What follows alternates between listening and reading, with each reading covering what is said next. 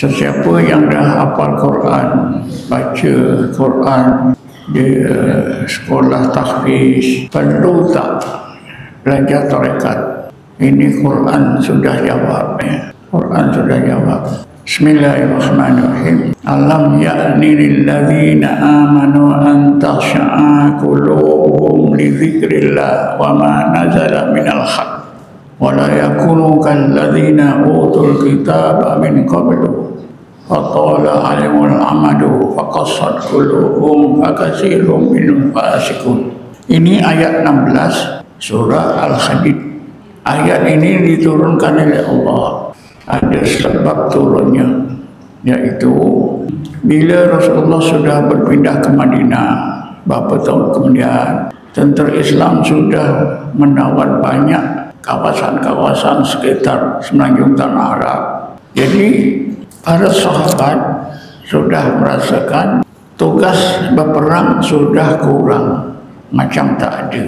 Biasa ya, bila dah aman, manusia biasanya menumpukan kegiatan di bidang kehidupan.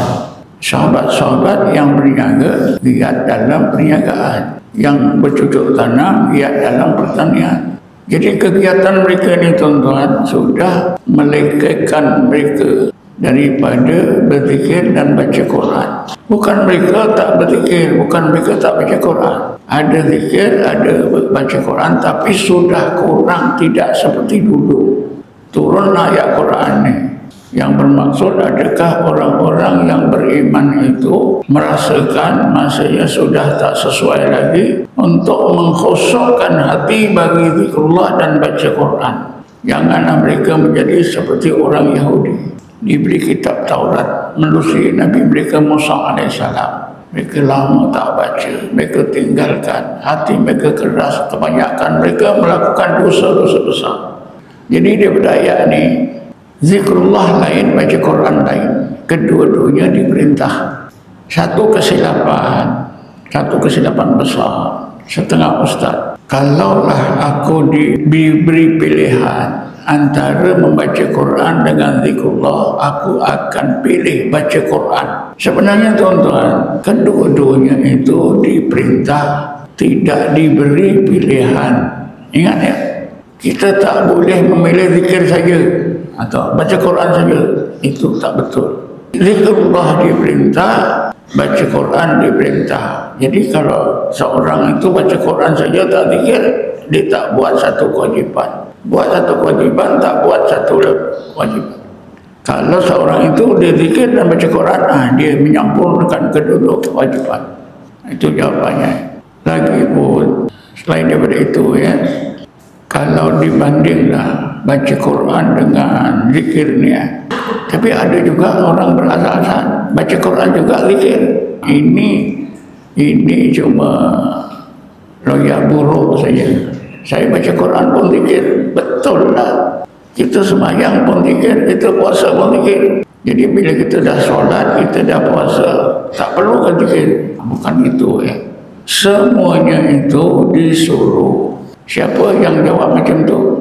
Yang jawab macam itu, solat juga zikir, puasa juga zikir, haji juga zikir, buat baik juga zikir, derma juga zikir. Siapa cakap itu? Ini pandangan Wahabi. Orang yang berpegang dengan pahaman Wahabi macam itu. Sebab saya dah berdepan dengan mereka. Mereka ni cakap apa? Ustaz ni salah faham makna zikir. Zikir itu luas ya. Pakcik dia kerja jadi pemandu taksi, itu zikir juga tu. Itu zikir anggota tu. Jadi kalau dah bekerja itu zikir, solat itu zikir. Zikir sebenarnya tak perlu buat. Ini salah, betul-betul salah ya. Karena zikir pun disuruh, semua itu disuruh. Begini ya, cuba baca, telitikan ayat Quran.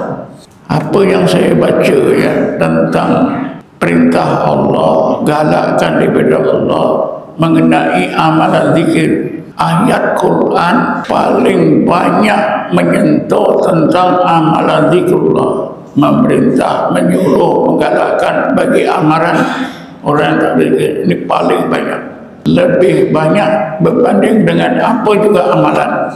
Ini kan menunjukkan betapa pentingnya zikrullah.